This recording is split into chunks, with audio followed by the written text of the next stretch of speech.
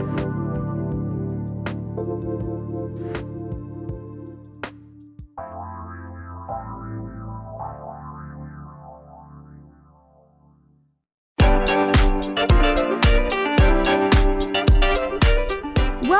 to My Turn Life Coaching with me, Rikki Schwartz. If you're like most people, you've spent your entire life focusing on the demands of parenting, of relationships, of your livelihood. Much like you've been riding in a life-powered bobsled, leaning into what others expect of you. But I'm here to help you reclaim your life. I want to embolden you to raise your hand today and every day and say, "It's my turn." Hello, everyone. I'm Rikki Schwartz, and welcome to It's My Turn Life Coaching, Reclaim Your Life on Transformation Talk Radio. Stay with us for the next hour, and let's see if we can begin to get the seeds of reclaiming your life to take root. And then please join me every second and fourth Wednesday of every month at 12 p.m. Pacific time, where my expert guests and I will do our best to give you the tools you need to finally say, "It's my turn." On today's show, I am honored and excited to have Carole Lee Hutton. Carole Lee is Vice President for Business Development and Marketing at Inforum, which is a Michigan nonprofit focused on gender diversity in leadership. Before working at Inforum, Carole Lee was President and CEO of United Way Silicon Valley. And prior to that, she spent more than 30 years in the newspaper industry, during which time she served as publisher and editor of the Detroit Free Press and Vice President for News at Knight Ridder, which at the time was the second largest newspaper in the United States.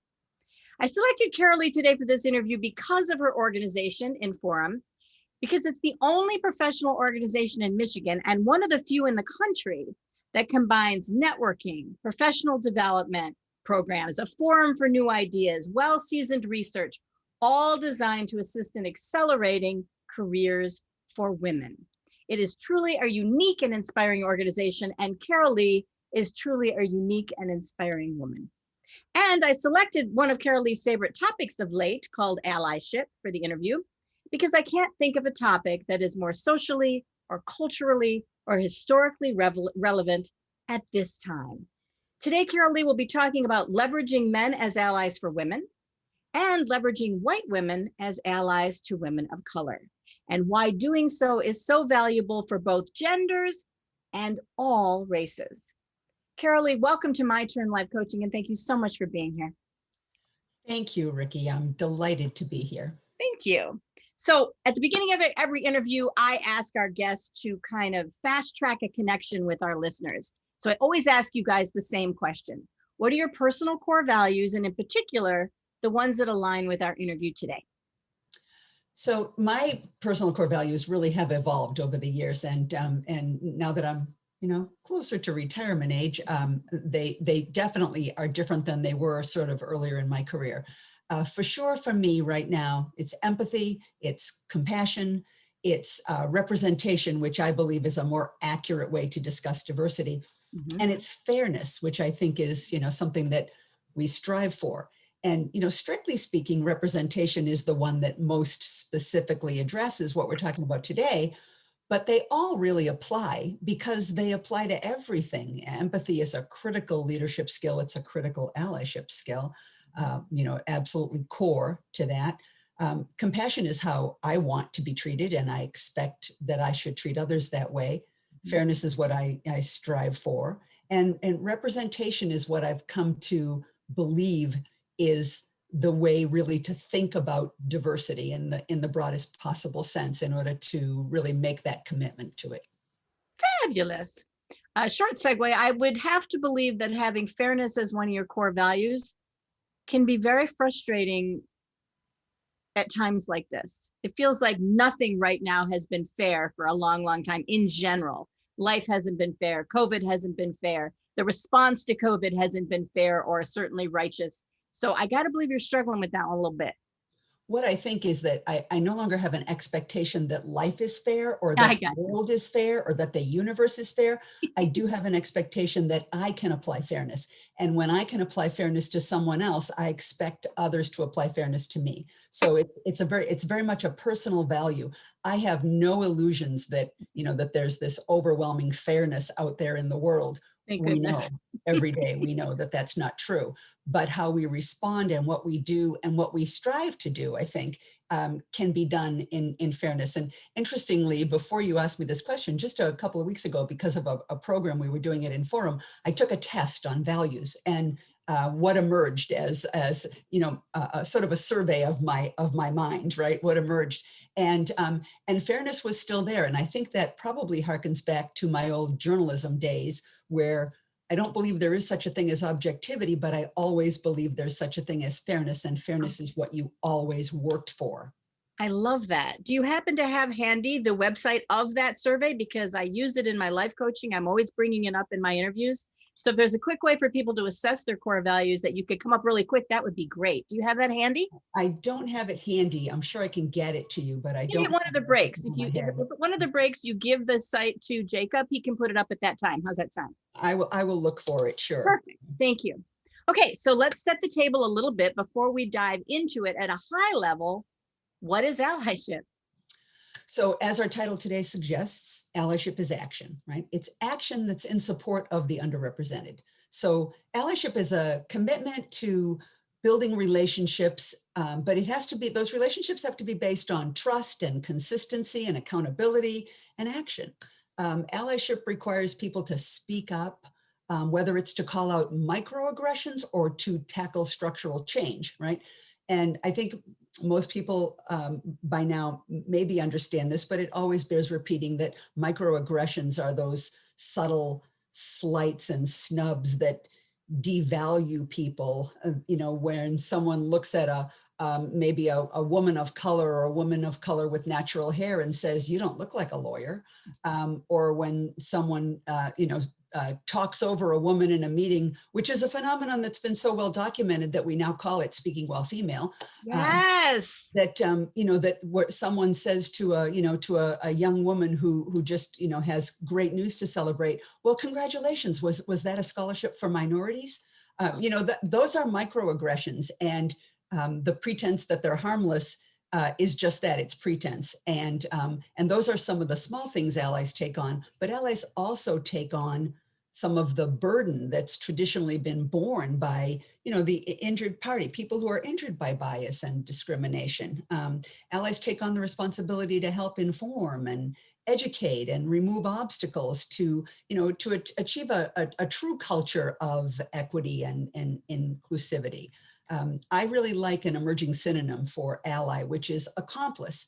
And, people who really practice this and understand this, they see themselves as accomplice, because accomplice right away suggests action, right? An accomplice doesn't fail to act. An accomplice is an active part.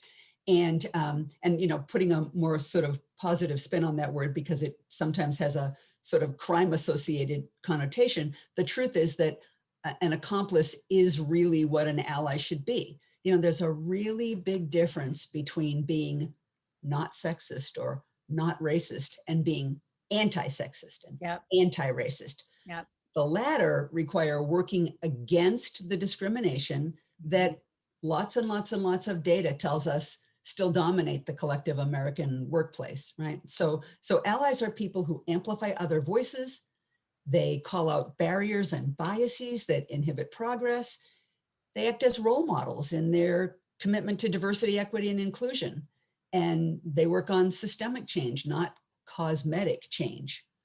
One of our program facilitators at Inforum describes it as head work, heart work, and hands work. Oh, I love that. It must be all three. I love that. Head work, heart work, and hands work all together. So to take this out of the workplace, and it sounds like allyship applies everywhere, out of the workspace and work in the workplace. You mentioned leaders earlier, but I think we're all leaders in our personal lives as well. Would you consider, and this is a serious question, I'm not asking a rhetorical question, would you consider every effort I make on Facebook to spread word about microaggressions, to spread word about injustices that I've seen personally or heard about, is that a kind of allyship? That's a really good example, because one of the sort of fundamentals of allyship is that you want to be amplifying the voices of the people who aren't heard rather than amplifying your own voice. So I would say a better example of allyship would be reposting when a person of color makes those examples or gives those statements. Do you see what Perfect. I mean? Now, certainly as a woman, I'm certain you have encountered sexism. We have all encountered sexism. We've all encountered gender bias. Mhm. The data tells us that it affects us in multiple ways. So you certainly have the agency to speak about that. But when it comes to say what's going on right now in the Asian community, where Asian women are being attacked and beaten, posting the point of view of an Asian woman or woman of Asian Pacific Islander heritage is more an act of allyship than sharing your own words. And beyond that, of course, more action behind words is really important as well.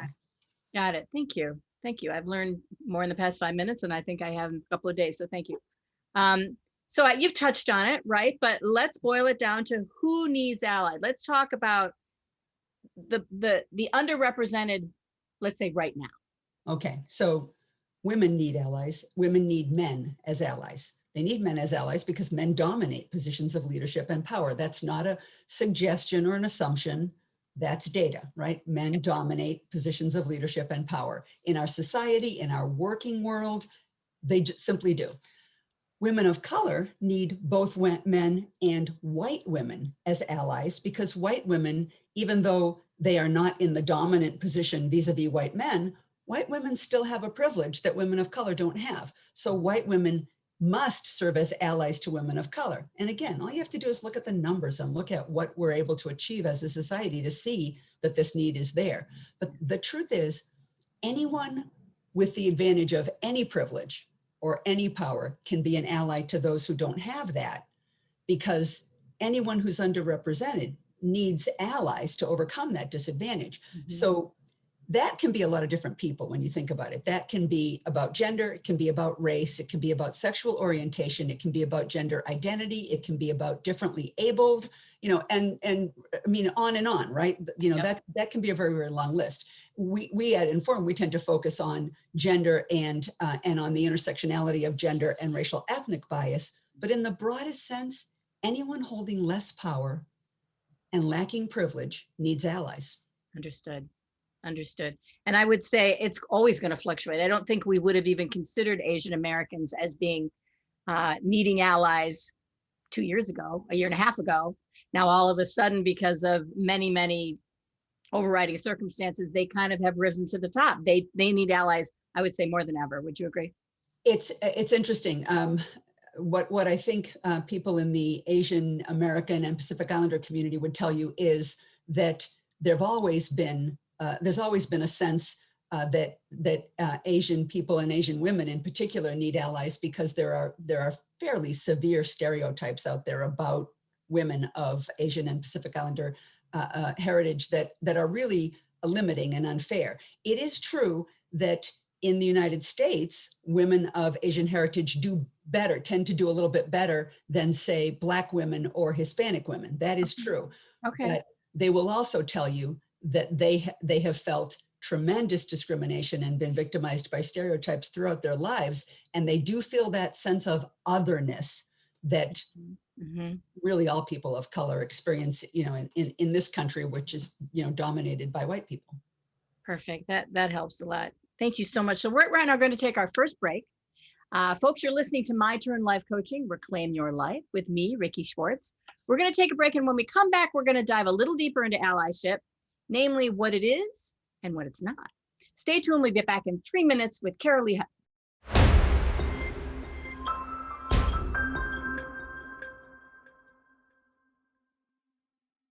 And we're back. You're listening to My Turn Life Coaching, Reclaim Your Life with me, Rikki Schwartz. My guest today is Carole Lee Hutton, Vice President for Business Development and Marketing at Inforum. Before we jump back in, I want to remind any of our Facebook Live guests, we welcome any questions or comments you have. Just pop them into the comments field if you happen to be watching this via Facebook Live. And Carole Lee, I want to make sure everyone knows how to contact you when the interview is over. Please give us your best contact information for listeners that may have follow-up questions. Okay, my email, I'm easy to get on email. It's CL Hutton, CLHUTTON at inforummichigan.org. And if you just Google Inforum, you'll get to our website. And if you don't remember my email address, just go to the staff page under the About tab on our website, and you'll see my little picture there. It's a little old, but it's not terrible. You'll figure it out. My name is on it, and my email will be there as well. Thank you. So before the break, I mentioned that we were going to start this segment talking about what allyship is and what it isn't. And we still plan to do that. But I want to ask one question before we get to that. And that is, what does allyship look like in the workplace? And maybe even outside of the workplace? I don't know. What does it look like? How do you know if it's there?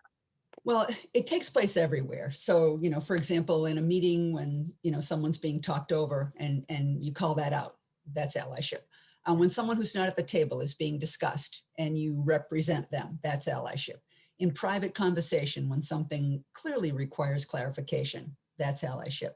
I have a really good example, though. A meeting I was in just last week, virtual, of course, Zoom meeting, with several people I did not know well, most of whom I met at that meeting on that screen.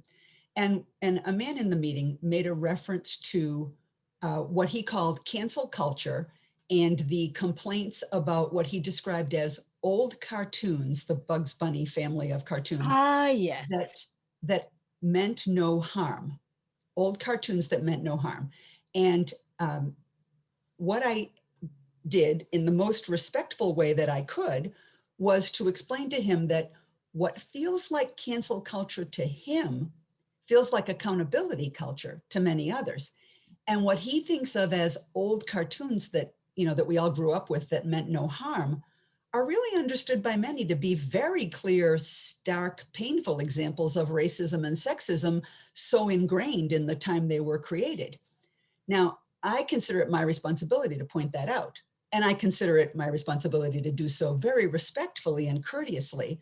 And this gentleman fully accepted it as something he hadn't considered or understood. He was surprised and very open to having a fuller discussion about this, and really came away from it saying, okay, I learned something today. And that's the best possible scenario, right? When you can have a good, sophisticated conversation in the midst of doing work. And obviously our work wasn't about cartoons and it wasn't about cancel culture, but that came up in the context of our conversation. And it was a really good opportunity to help him, and by helping him, help all the others on that meeting understand that. That to me is exactly what we're talking about. And it's seizing that opportunity. Did I take a little risk? Sure, because this is somebody who's a supporter and a client and a partner of our organization. Yes. And I am always very careful and very grateful for that, because like any nonprofit organization, we don't exist without our supporters. And we don't exist without the people who take advantage of our programming. But my responsibility is to try at least to make that clear. And I took that opportunity to do it, and it was very successful. And I was very happy about the way he responded. So let me ask you this, take it out of the workplace for a minute. Do you take those kinds of risks at Thanksgiving? I'm assuming that your entire family is not always on the same page about everything when it comes to representation and so forth. So assuming they're not, do you take those same risks at a personal level? Actually quite often. I have two brothers and one sister. My sister and I are quite aligned. My brothers are a little bit different. And I would say we quite frequently have these conversations. In fact, I come to some of these conversations armed with facts and, sort of suggesting things that they might look at or consider. I love them both, and they're both good human beings. But they have a perspective and a point of view that I think is limited by a lack of knowledge and perhaps interest in some of the subjects that I feel passionately about. So we do, we absolutely do, and they know that they'll get that from me. And I suppose if they didn't want it, they wouldn't call anymore. Agreed. I think that's beautiful. I have only in the last 10 years or so been willing to take risks, both on Facebook and in situations with friends alike, where I have taken those risks, and it is a risk because there's no, and I've always done it respectfully and courteously, but I believe me, folks have unfriended me both literally and figuratively, but I still feel passionate about doing it. That's more important to me than having allies, if you will, that don't represent my core values. So thank you. So I remember my first question when you first suggested allyship as a topic, and maybe our listeners had the same question. What's the difference between inclusivity and allyship? What's the relationship between them, or the difference between them? That's a good question. And it's important that people understand this, because we do seem to be at a time when we're getting increased conversation and action even around this. And so it really does matter to get this. So to start, it's important to understand the definitions of diversity, equity, and inclusion, right? Because these are not synonyms. And so in the simplest terms, I like this analogy that someone who spoke at Inforum used, and I think it was very easy for people to understand. Think of it this way. Diversity is when underrepresented people are invited to come to the dance. Inclusion is when they're actually asked to dance at the dance. Equity is when they're invited to help plan the music and plan the refreshments, making them a part of it from the beginning, not an outsider invited in. Now, layer onto that, an ally makes sure that the underrepresented are part of the planning of every dance, if you will, and you can expand that to apply to all the things that would be relevant to that, and that they're included in the festivities, once the planning is over, because an ally takes action. And that action is what creates the difference between diversity, which is counting the people, and inclusion, which is making sure the people count.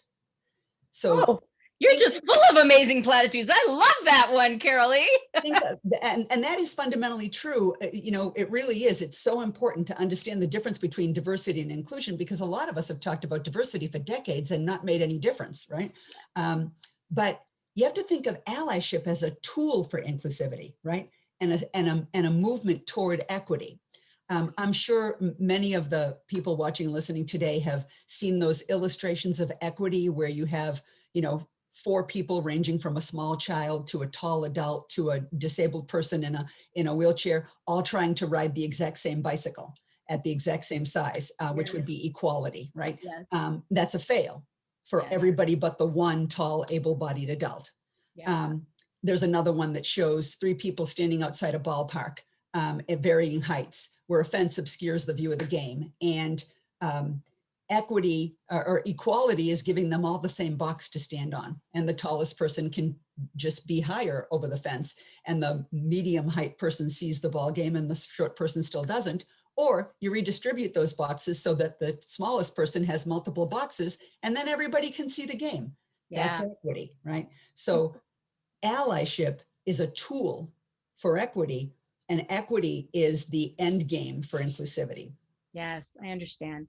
I have a lot of friends of color, and they commonly, I will say, talk about your diversity rate at your organization.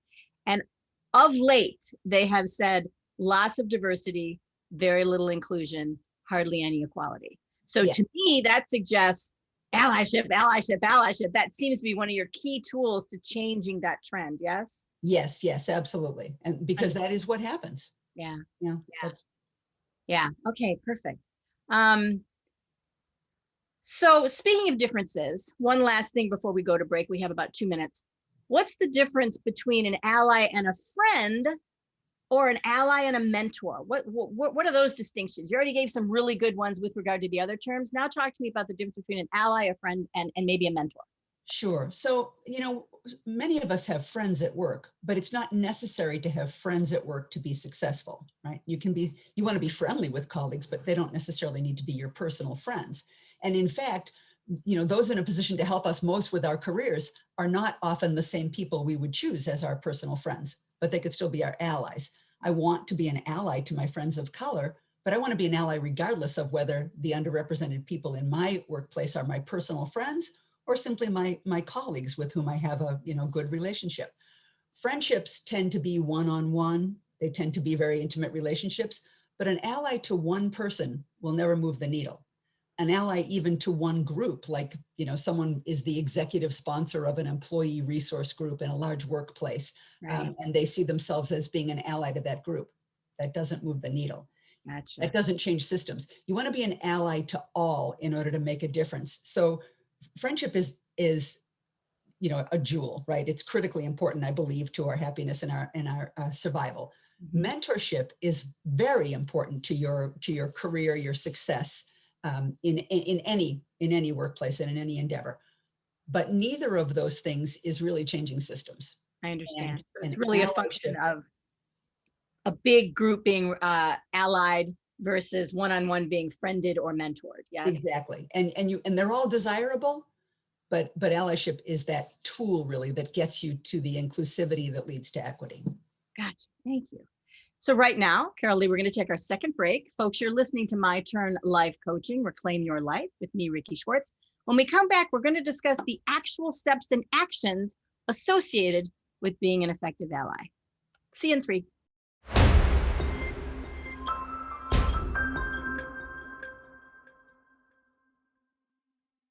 And we're back. You're listening to My Turn Life Coaching, Reclaim Your Life with me, Rikki Schwartz. Today, I'm talking to Carole Lee Hutton, Vice President for Business Development and Marketing at Inforum, about allyship. So Carole Lee, we titled this show, It's an Action, Not an Idea. So let's talk about those actions. What are the actions? You gave a couple of amazing examples before, but what are other actions we can take in and out of the workplace to really begin to model allyship? So really fundamental to learning to be an ally. And again, let me just say, an ally is not something, it's not a title you give yourself. It's not a label you apply. It's not a badge you wear.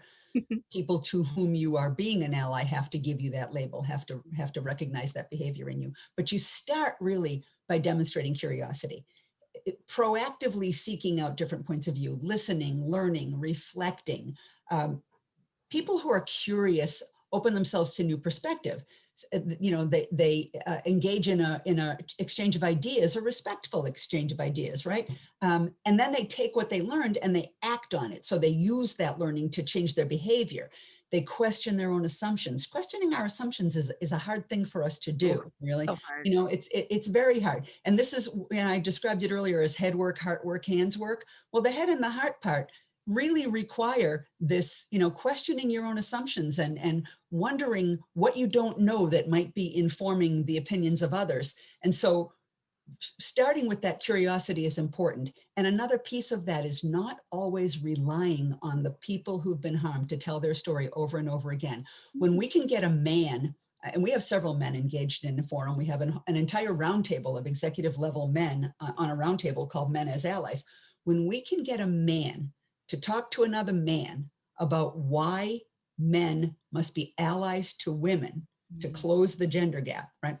That is so impactful. First of all, women get tired of telling their story. People of color get tired of telling their story, but it's so impactful when the allies can speak the story and tell the why.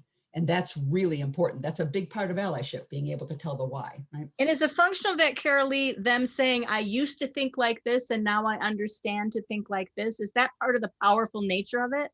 In many cases it is. And we've had fabulous reflections from men who've talked about that, who've talked about how they came to understand what they now understand. I met with a man just recently from a very, very large company in Southeast Michigan who's not currently engaged with Inforum. And he told me, and one of the reasons he took the meeting is because he's spent so much time in his work life thinking about this, and he is the father of 2 grown daughters, and that often makes a big difference. Oh, yeah. He now understands he has an imperative to do something, not just to not be adding to the problem, not just to not discriminate, right? Got it. He feels a compulsion to act. So he's done something that is another important step in the action steps, and that's listen more. Listen more often means speaking less. And, people, particularly people in positions of authority, responsibility, power, often like to speak more. But amplifying other voices by speaking less is a really important step. Opening yourself up to feedback, that reflection piece, This is hard stuff. It's very easy to get defensive when someone says something that suggests that you might not really know, right? They call this the mirror work, right? Where you need to look in a mirror and see yourself and talk to yourself. And that requires self-reflection, and not everybody's comfortable with that. So getting comfortable with that is a big, part of that sort of that journey to allyship. So is bringing in diverse voices and perspectives, actively, proactively doing it, finding ways to say, we need to hear from on this, we need to hear from so-and-so. I was on staffing a committee of volunteers once, and we were talking about issues that very much had to do with race. And I look at the screen and I realized that of the 12 people talking, there's one Hispanic woman, no Black women, and I said, time out. We really need to invite some people into this conversation, because we're all limited by the fact that we don't have this experience and perspective. And we might all think we're really smart, and really committed. I know I do, but if we don't bring those voices in, we won't hear, we won't know. We also have to, really understand that whole thing about being the only. Most of us women who've come up through corporate America, as I did, have been the only woman in the room. I have several colleagues over the years, people of color, who've been the only person of color in the room. Yep. For many years, my mentor was a Black man who was senior to me in the organization that I came up in. And he and I used to have to attend this quarterly division heads meeting where we were the onlys. All the rest of the people in the room were white men, and there was me and there was him.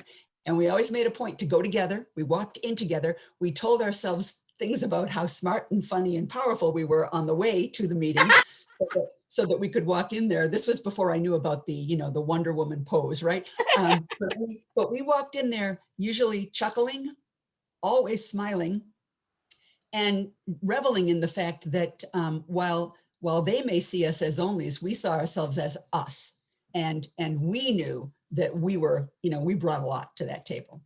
So part of that is sponsoring people who are different from you. I once hired a woman who was 7 months pregnant. She was going to move from Florida all the way to Detroit. I'd been recruiting her for years, and it finally happened that when she was ready to take a position, and when I had a position that worked for her, she was 7 months pregnant, and she was about to become a single mom. I hired her anyway because I wanted her. I wanted her before she was pregnant, so why wouldn't I want her while she was pregnant and after she had her child? There were many people on my team that were very upset with me for doing that, because I brought her into a position that needed to be filled, that had a lot of work assigned to it, knowing that she was going to need a little time, to have that baby and, take a little time off before she came back from that baby. Yes. And they could, and also they thought, she's going to be so challenged. She's moving to a place where she has no family, no friends. She's going to be a mother for the first time, and she doesn't have a partner. This is crazy. We're going to suffer. And I said, no, we're not, because we wanted her. We knew we wanted her before this. Why would we not want her now? We'll figure this out. We'll be her support. We'll help her, but we want her on this team. I tried very hard to make it a learning experience, but I was truly crushed by the sort of limited perspective of people who I thought would, see it the way I saw it. And I realized how much more education I had to do. Yes, even at your organization, which is ironic. Yeah, well, this wasn't at Inforum. This was, it was before. Okay. Yeah, this was actually at the Free Press. It was really, it was fascinating to see. I did not expect even moms on the team. Of course. Were not, they were more concerned with, is this going to have a negative impact on me, as opposed to, how fabulous it is. We finally got her. So I recently read, I think a white paper that said that women in the workplace are the least tolerant of pregnant and moms, even if they're moms themselves. Part of that is that women they have come up believing they have to minimize those factors. Exactly. As if it's no big deal, right? That we can carry a human and grow them in our bodies and then pop them out and then raise them. They've been taught to minimize them because it's been seen as an inconvenience. Yeah. It's been, how many times have, young women in job interviews been casually, wink, wink, nod, nod, asked about their plans for children. Oh, yes. there's some fascinating studies around blind resume pools where you have hiring committees and you make clear on one set of the identical resumes that this is a mom, Yep. because you put like a PTA volunteer position Yep. on there, and you take that off the other set of identical resumes. Yep. And the mom is so much less likely to get the job offer. And when she does get the job offer, she routinely gets a lower salary offer. And I can't even. I often say to the leadership of companies, do you think you'll need customers and employees in the next generation? Because where else do you think they're going to come from? Oh my gosh. One other thing I want to say about that's important to understand about allyship is that you, in order to be an ally, you cannot be looking for reward. Do not expect a parade. This is not the thing about which you're going to get lots of gratitude and praise. If you do, fabulous, wonderful. Yeah. But you can't be in it for that, because if you're in it to get recognized for doing it, you'll just be disappointed and disillusioned. So I think you mentioned in our communications, and maybe this is what you're touching on, is that declaring yourself an ally can be harmful. So elaborate on that in the next couple of minutes before our next break. So that's called performative allyship. And performative anything basically means putting on an act, right? Performative is kind of a buzzword right now, but performative allyship really is, you want people to see you as an ally. You declare yourself an ally, but you're not making fundamental change. And so it's not just that it doesn't help, it's actually harmful. And it's harmful because it perpetuates the status quo, and it really helps build on a culture of inequity. I see. Frankly, it's kind of dishonest. It's dishonest to declare yourself something that you're not actually doing. You know, if you think you're an ally, if you think to yourself, you're an ally, then you need to let your actions speak for you. And you need to act so consistently and so constantly as an ally that eventually you get tagged with that. Eventually you get recognized for that. And it doesn't happen the first time you speak up. It doesn't happen the first thing you accomplish. If you drive change within an organization, whether it's your country club or your civic organization or your workplace, if you drive change, you might not get people saying, thank you, thank you, thank you, because they've been asking for this change for a very long time, Yes. So that consistent, constant action is what gets you the label, but you can't give it to yourself. And once you give it to yourself, you sort of lose credibility with the people you're trying to ally with. Absolutely. That makes total sense. Total sense. Thank you. So now we're going to take our last break. You're listening to My Turn Life Coaching, Reclaim Your Life with me, Rikki Schwartz. And when we come back, we're going to talk to Carole Lee about what is the bottom line? What is the true benefit to everyone, not just those being allied, of allyship? See you in 3.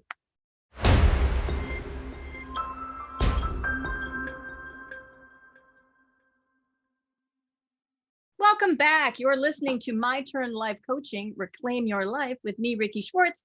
Today I have Carole Lee Hutton here talking about allyship.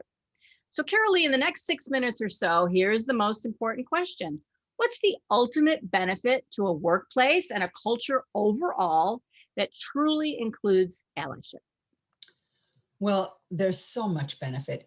It's really embedded in the data. But if you and I'll actually share some with you. But just imagine a workplace in which everyone is able to perform at their highest level, knowing they're valued, they're understood, they're heard, they're respected.